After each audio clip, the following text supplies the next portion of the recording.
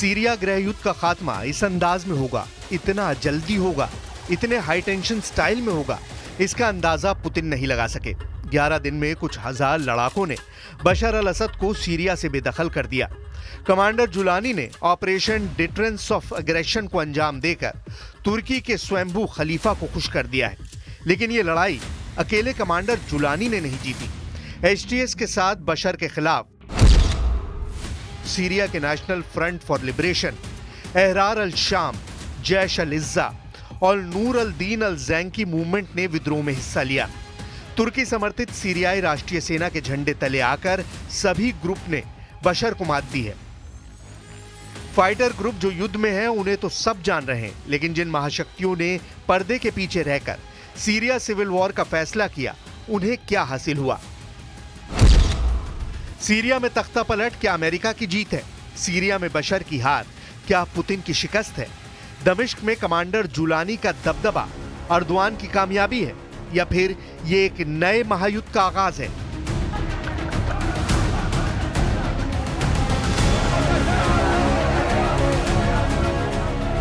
Syria में विद्रोही जीत गए, बशर हार गए। दमिश्क में तहलका है, लीडर देश से भाग रहे हैं, लड़ाके खून खराबे पर उतारू हैं। यह अराजकता कई देशों को डरा रही है।